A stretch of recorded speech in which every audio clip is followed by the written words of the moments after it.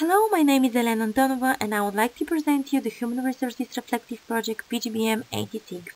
A firm is a living organism that is only as health and able to teach of its organ. The human resources are the DNA in the organization, such as the cells in a person's body. In this respect, the human resources are key for fulfillment of business goals and financial targets. An insufficiency in one function could disturb others and the whole organism in general. Therefore, the resourcing must be effectively managed.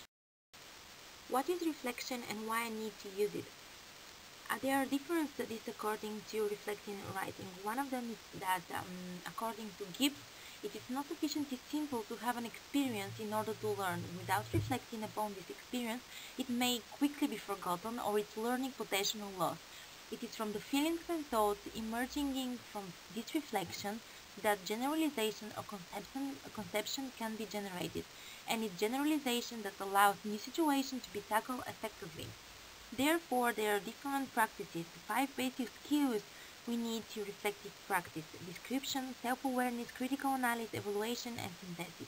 For me, the hardest aspect during the research process while I was doing PGB 85 was that I didn't have experience. However, that enhanced my skills and knowledge, and I feel more prepared for future career and further steps into the research process. A Goldman process, an artful evaluation, will focus on what someone has done and what he/she could do, rather than reading a mark of character into a job poorly done. Looking back the time, I would have to say that there have been various jobs that I have done poorly or badly in the last few months. On the other hand, there are some positive aspects such as build my confidence and working hard on reaching the deadline. Involves self-awareness, understanding the experience, applying learning from one situation to another cognitively, and therefore that according to John, it's not an end point, but it's a continuing process. That means that it's a day-to-day because we are reflecting every day in our life, not only in our work or in our research during the research process. According to Sandelovsky and Barroso, reflexivity is a hallmark of excellent quality research, and it entails the ability and willingness of researchers to acknowledge and take account of many ways they themselves influence research findings and thus what comes to be accepted as knowledge.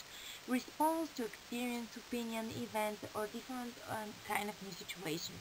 How we can response to our thoughts and feelings, a way of thinking to explore knowledge, an opportunity to gain self-knowledge, a way to achieve clarity and better understanding of what we are learning, a chance to develop reinforced writing skills, and a way of making meaning about what we're studying. I found reflective writing as a really useful tool to assess my strengths and weaknesses, define the areas of improvement, to provide a better overview, and critically reflect on my final project. I found it really useful.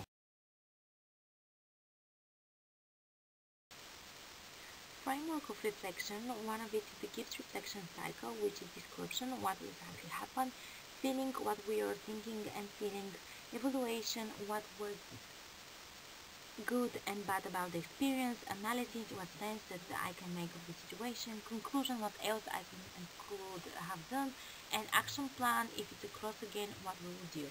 That was exactly the soccer which I use for the final project, where I make analysis of the data, I provide evaluation, I make an analysis, I conclude, and I recommend an action plan, which is include also the budget for the recommendation. Another model which is written by Borsman is again really useful because it's made in three steps: what, so what, now what. So it was really useful first to identify my topic, therefore to identify the way that I can make the research, and finally to make an analysis and to give the current recommendation for the organization.